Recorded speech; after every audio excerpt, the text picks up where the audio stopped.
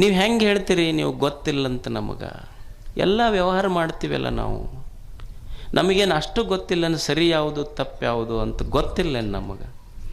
ಈಗ ನಿಮಗೊಂದು ಪ್ರಾಕ್ಟಿಕಲ್ ಉದಾಹರಣೆ ತೊಗೊಳ್ರಿ. ಈಗ ಒಂದು ಟೇಬಲ್ ಇಡ್ರಿ, ನೀವು ಒಂದು ಕುರ್ಚಿ ಇಡ್ರಿ, ಇಟ್ಟು ಒಂದು ಲೋಟದಾಗ ಹಾಲು ಇಡ್ರಿ, ಮತ್ತು ಅದ ಒಂದು ಮಗ್ಲು ಇನ್ನೊಂದು ಲೋಟದಾಗ ಅಲ್ಕೋ ಹಾಲು ಇಡ್ರಿ. ಅಲ್ಕೋ ಹಾಲು ಅಂದ್ರೆ ಗೊತ್ತಾಕೈತಿಲ್ಲ? ಭಾಳ ಸಾತ್ವಿಕ ಜನ ಗೊತ್ತಾಗೋದಿಲ್ಲ. ಅಲ್ಕೋ ಹಾಲು ಅಂದ್ರೆ ಸರಾಯ್. ಒಂದು ಲೋಟದಾಗ ಹಾಲು ಇಡ್ರಿ, ಒಂದು ಲೋಟದಾಗ ಅಲ್ಕೋ ಹಾಲು ಇಡ್ರಿ. ನೀವು ಕುರ್ಚಿ ಹಾಕಿ ಒಂದು ಹುಡುಗನ ಕೂಡಿಸ್ರಿ. ನೀವು ಹುಡುಗನ ಕೈ ಎಲ್ಲಿ ಹೋಗುತ್ತೆ ಹೇಳ್ರಿ? ಹಾಲಿನ ಕಡೆ ಹೋಗುತ್ತೆ.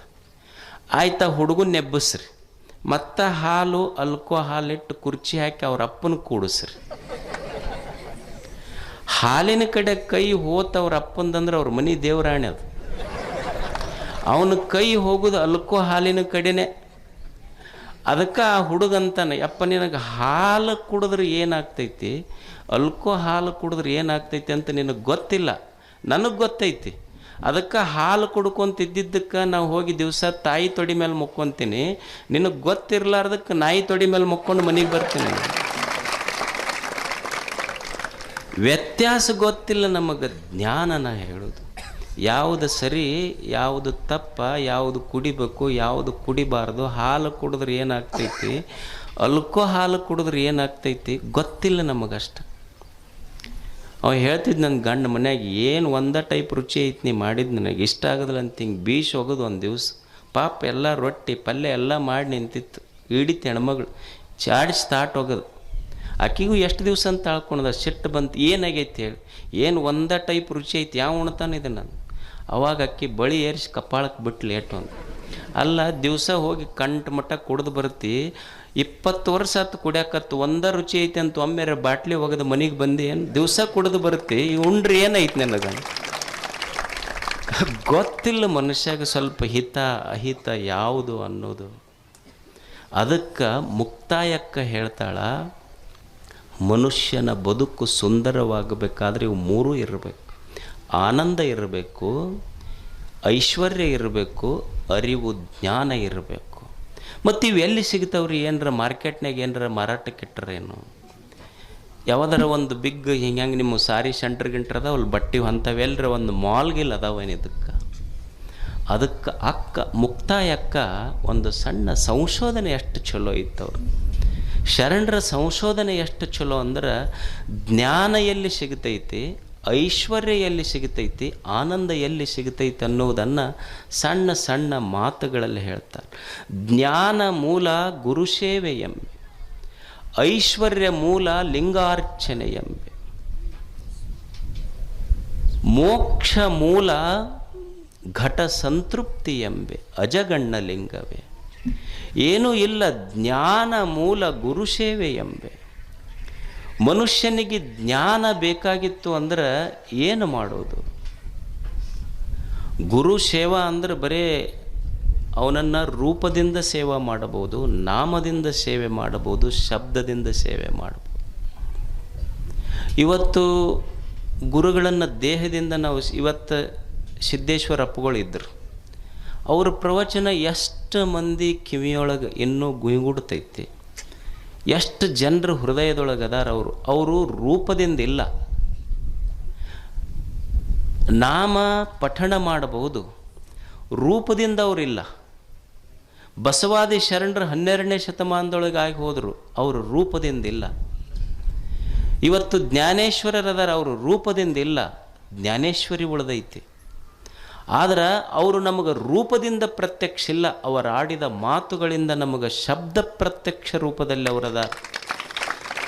ಇದಕ್ಕೆ ಶಬ್ದಾವತಾರ ಅಂತ ಕರೀತಾರೆ. ಇದು ಶಬ್ದದಿಂದ ಅವರ ಅವತಾರ ಆಗೈತಿ. ಅವರು ದೇಹದಿಂದ ಅವತಾರ ಮುಗಿದೈತಿ, ಅವರು ಶಬ್ದಗಳ ಅವತಾರ ನಡೆದೈತಿ. ಈಗ ಅವ್ರ ಮಾತುಗಳನ್ನು ಕೇಳಿ ಹೃದಯದೊಳಗೆ ಇಟ್ಕೊತೀವಿ. ಒಂದಿಷ್ಟು ಏನೂ ಇಲ್ಲ, ಸುಮ್ಮನೆ ಹೋಗಿ ಕೂಡುದು. ಜ್ಞಾನ ಬೇಕಾಗಿತ್ತು ಅಂದರೆ ಏನೂ ಮಾಡೋದಿಲ್ಲ. ಎಲ್ಲಿ ಮಹಾತ್ಮರು ಜ್ಞಾನಿಗಳು ಗುರುಗಳಂಥವ್ರು ಅದರ, ಸುಮ್ಮನೆ ಅವ್ರ ಹತ್ತಿರ ಕೂಡಷ್ಟೆ. ಅವ್ರ ಹತ್ತಿರ ಕೂಡು, ಜ್ಞಾನ ಬರ್ತದೆ. ಮತ್ತೇನು ಮಾಡುವುದು ಬೇಕಾಗಿಲ್ಲ, ಸುಮ್ಮನೆ ಅವ್ರ ಹತ್ತಿರ ಕೂಡಷ್ಟೆ. ಆಮ್ರಪಾಲಿ ಅಂತಿದ್ಲ. ಆಮ್ರಪಾಲಿ ಒಬ್ಬ ನರ್ತಕಿ ಆಕಿ. ಭಾಳ ಜನ ಯುವಕರನ್ನು ದಾರಿ ತಪ್ಪಿಸಿದಾಕಿ. ಎಷ್ಟೋ ಜನರ ಮನೆಗಳನ್ನೇ ಮಸಣಗಳನ್ನಾಗಿ ಮಾಡಿದಾಕಿ. ಎಷ್ಟೋ ಸಂಸಾರಗಳನ್ನು ಒಡೆದಾಕಿ ಆಮ್ರಪಾಲಿ ನರ್ತಕಿ ಆಕಿ. ಹುಡುಗರು ಆಕೆಯನ್ನು ನೋಡಿ ಹುಚ್ಚು ಹಿಡಿದು ಹೋಗ್ತಿದ್ರು. ಅಷ್ಟು ಸಂಪತ್ತು ಬಂದಿತ್ತು ಆಕೆ ಹತ್ರ. ಒಂದು ದಿವಸ ಬುದ್ಧನ ಹತ್ರ ಬರ್ತಾಳೆ. ಬುದ್ಧನ ಹತ್ರ ಬಂದು ನಮಸ್ಕಾರ ಮಾಡುತ್ತಾಳೆ. ನಾನು ಜೀವನದಲ್ಲಿ ಬಹಳ ಪಾಪದ ಕೆಲಸ ಮಾಡೀನಿ, ಕೆಟ್ಟ ಕೃತ್ಯಗಳನ್ನು ಮಾಡೀನಿ ಭಗವಂತ. ನಾನು ಎಷ್ಟು ಪಾಪ ಮಾಡೀನಿ ಅಂದ್ರೆ ಅದು ಏನು ಮಾಡೋದು ತೊಳಿಲಿಕ್ಕೆ ಸಾಧ್ಯ ಇಲ್ಲ, ಅಷ್ಟು ಪಾಪ ಕೃತ್ಯಗಳನ್ನು ಮಾಡೀನಿ. ನಾನು ಪುಣ್ಯವಂತಳಾಗಬೇಕಂತ ನಿನ್ನ ಹತ್ರ ಬಂದೀನಿ, ನನಗೆ ದಾರಿ ತೋರಿಸು.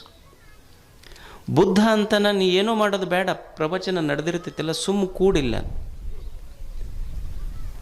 ಅವಾಗ ಆಮ್ರಪಾಲಿ ಅಂತಳ ನರ್ತಕಿ, ಅಲ್ಲ ಗುರುಗಳೇ, ನಾನು ಪಾಪಿ, ನಾನು ಏನಾದರೂ ದಾರಿ ತೋರಿಸ್ರಿ, ಪೂಜಾ ಪುನಸ್ಕಾರ ಹೇಳ್ರಿ ಅಂತ ನಾ ಬಂದೀನಿ.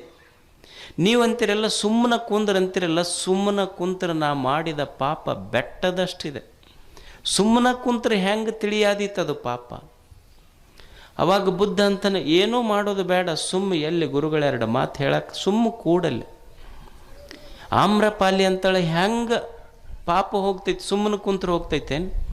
ಬುದ್ಧ ಅಂತಾನೆ, ಒಂದು ಕೆರೆ ಐತೆ ನೋಡು, ಕೆರೆ ನೀರ ಎಮ್ಮೆ ಅದು ಅಡ್ಡಾಡಿ ಗೊಡಗಾಗ್ಯಾವ ಅದ್ರಾಗ. ಆ ಕೆರೆ ನೀರು ತಿಳಿ ಆಗಬೇಕಾದ್ರೆ ಏನು ಮಾಡಬೇಕು? ತಿಳಿ ಆಗಬೇಕಾದ್ರೆ ಏನು ಮಾಡ್ಬೇಕು? ಏನೂ ಮಾಡೋದು ಬೇಡ, ನೀ ಏನಾರ ಮಾಡಿದ್ರೆ ಮತ್ತಿಷ್ಟು ಗೊಡಗಾಗ್ತೈತಿ.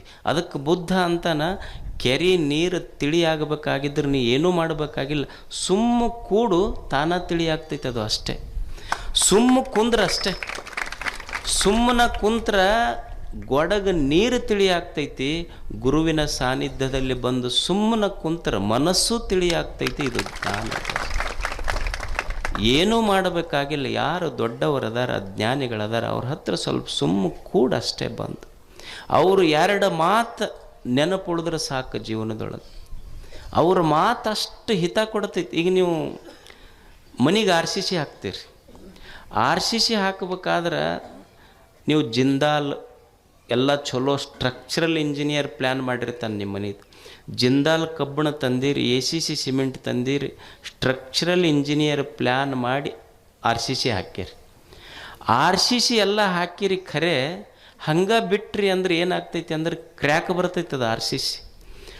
ನೀವು ಸ್ಟ್ರಕ್ಚರಲ್ ಇಂಜಿನಿಯರ್ ಚಲೋ ಪುಣಾದಾಗ ಓದ್ದವ್, ಬೆಂಗಳೂರಾಗ ಓದ್ದವನ ಕಡೆಯಿಂದ ಸ್ಟ್ರಕ್ಚರಲ್ ಡಿಸೈನ್ ಮಾಡಿಸಿರಿ.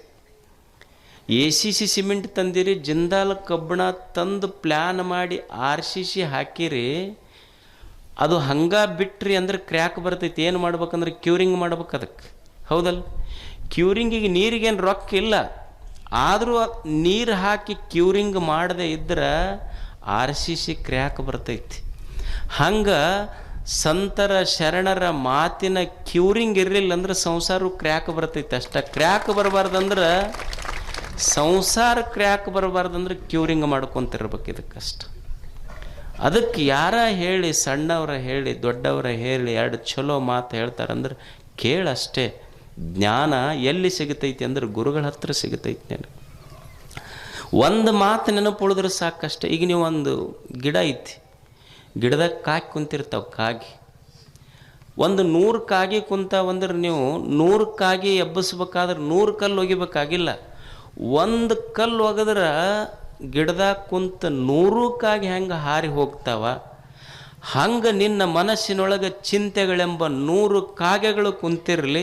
ದೊಡ್ಡವರ ಶರಣರ ಮಾತಿನ ಒಂದು ಕಲ್ಲು ಸಾಗಿದ್ರೆ ಸಾಕು, 100 ಚಿಂತೆಗಳೆಂಬ ಕಾಗೆಗಳು ಹೋಗ್ತವೆ ಅಷ್ಟೆ. ಸುಮ್ಮನೆ ಒಂದು ಮಾತು ನೆನಪಿಡೋದು. ಅವ್ರು ಏನು ಹೇಳಿರ್ತಾರೆ ಒಂದು ಮಾತು ನೆನಪಿಟ್ಟುಕೊಂಡ್ರೆ ಸಾಕು.